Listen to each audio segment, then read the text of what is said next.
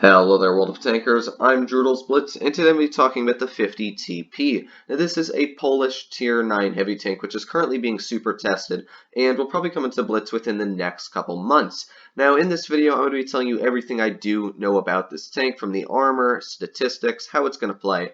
But, as I said before, you have to keep in mind that it is being super tested. And what that means is Wargaming can change the statistics of this vehicle before they do put it on their final release date. So make sure to keep that in mind. But without further ado, I'm going to get straight into it. When looking at the statistics of this tank, I have it compared to the ST1, which is currently one of the top performing Tier 9 heavies. And as you can see, the 50 TP has a base damage per minute of 2,449, which is just a tad bit better than the ST1, but it's still around average for most Tier 9 heavies. With the standard penetration being 258 millimeters, it's going to be able to penetrate pretty much any targets that do come in front of it, and if that's not enough for you, load the gold and you're going to go all the way up to 340 millimeters. The 50 TP has 440 average damage with its standard ammo compared to the 420 on the ST1, which really isn't a crazy amount. In fact, it's not going to affect the tank really that much at all in the way it plays, especially because they just have a very similar damage per minute. However, I still like that little bit of extra alpha because it gives you the chance to roll in that 500 realm a lot more than you're rolling in that 300 realm. Moving on to the gun handling, the 50 TP sits at a base aiming time of 2.45 seconds, which is quite a bit better than the 2.63 on the ST1. And while the dispersion values on both these tanks may seem the same at 0.344, you can see right below on the movement and turret rotation dispersion factors are way better on the 50 TP at 0.15 than the 0.25 on the ST1, which is going to give you major advantages when you're trying to shoot at people on the move, when people are running across the map and you have to quickly jerk your turret to hit them, or even when just snapping people. It's going to be a huge advantage on the 50 TP over the ST1. And as well, the 50 TP has 8 degrees of gun depression, which is going to make it very flexible on pretty much any terrain it does get stuck on. Now, of course, it isn't that golden 10 that you want it to be, but in my opinion, I think 8 is still a great number, especially for a big, bad heavy. Moving on to the mobility, the 50 TP can go to a top speed of 48 kilometers per hour, which is 8 faster than the ST1. And because it has a really beefy engine with 825 horsepower, it has an excellent power-to-weight ratio of 15.94, which is 20% better than the ST1. And because of that, the tank is easily going to be able to stay at 45 kilometers per hour on pretty much any terrain, any rough terrains, hilly terrain, anything like that you get stuck on.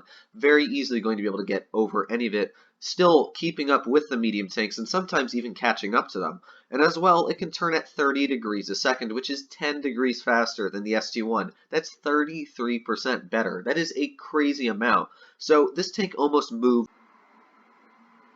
And the craziest thing about the tank is that it has a ridiculously thick armor profile. Now obviously it does have some weak spots that you can see. First of all, the huge one is the big lower plate that's only about 160 millimeters effective, which even some of the weakest guns at tier 8 are still easily going to be penning that. You've also got the cheeks next to the turret, 165 millimeters. That's not very armored. You're not really going to be bouncing much there either.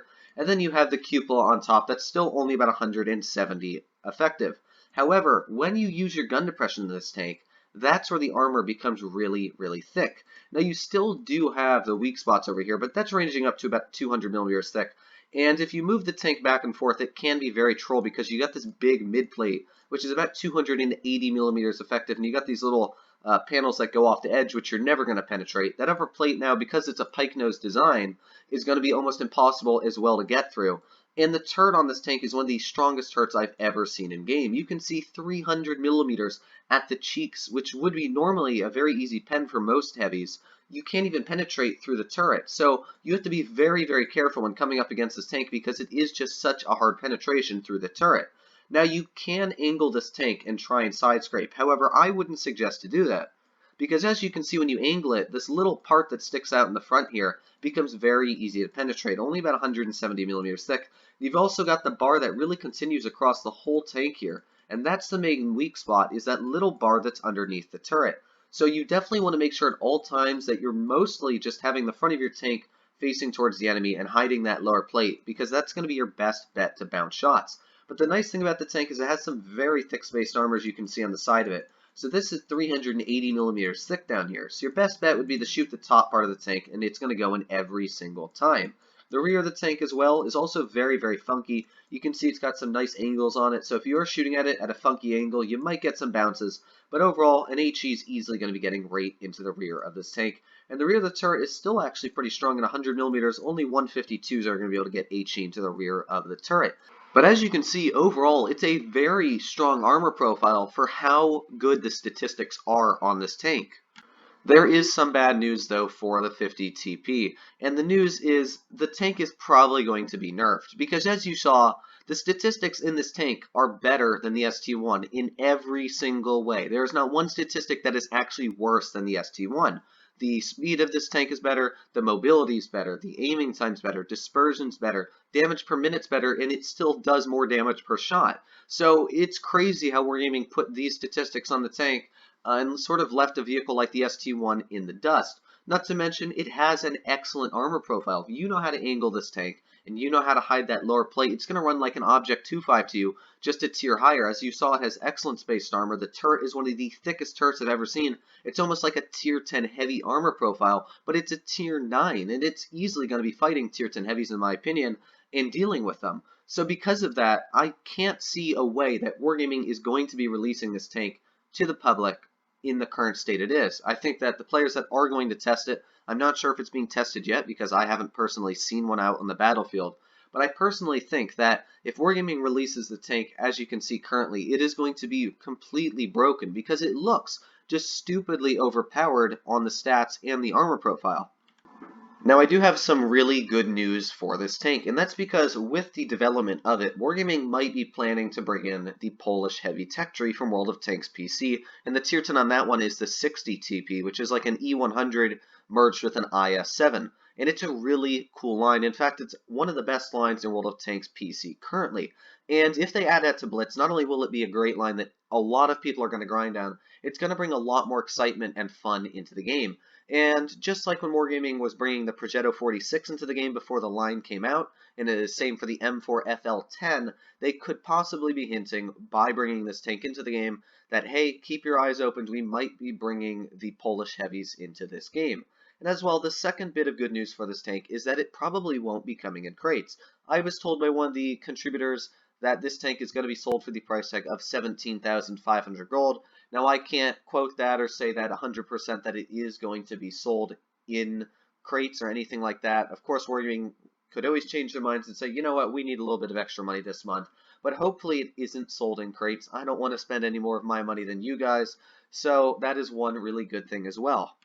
Onto my personal opinion of this tank, I'm actually really excited for it to come out, and that's just because it's a different type of playstyle in Blitz. The issue for me is after you have so many tanks, most of them just play very similar. A tank like the WZ-111-2 to the Glacial, I can't even tell you the difference after a while if I was to play them, and that's just because they play so similar. But the 50 TP, it's got a different type of alpha out of every other tier 9 in the game. It's got a really weird armor profile, one that in fact I've never seen in Blitz.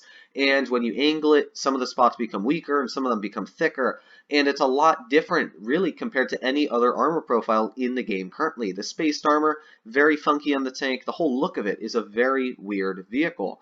And because of that, I'm really excited because I like to try new things out, have new challenges in the game.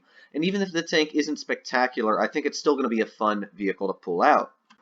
Before I put this video to an end, I just want to thank all of you guys for watching my videos, for subscribing. We're pretty much at 6,000 subscribers now, and because I finally started posting videos on a regularly basis instead of, going somewhere and then having to miss 5 days or something like that, especially with Corona, it was pretty hectic at the first week. But thankfully, since I'm stuck at my house now, I've got nothing else to do but make videos, so I've even been making extra videos lately, as you guys have been seeing. So I want to thank all of you guys, though, for the support you've given me, because I never thought this channel was going to get to 6,000 subscribers. I was just posting videos for fun. Maybe a couple people would watch a replay or two and learn a couple things. But the fact that I get to show all of you guys about the game and try and teach new stuff is really, really nice, and I'm glad that the community is actually really good for Blitz.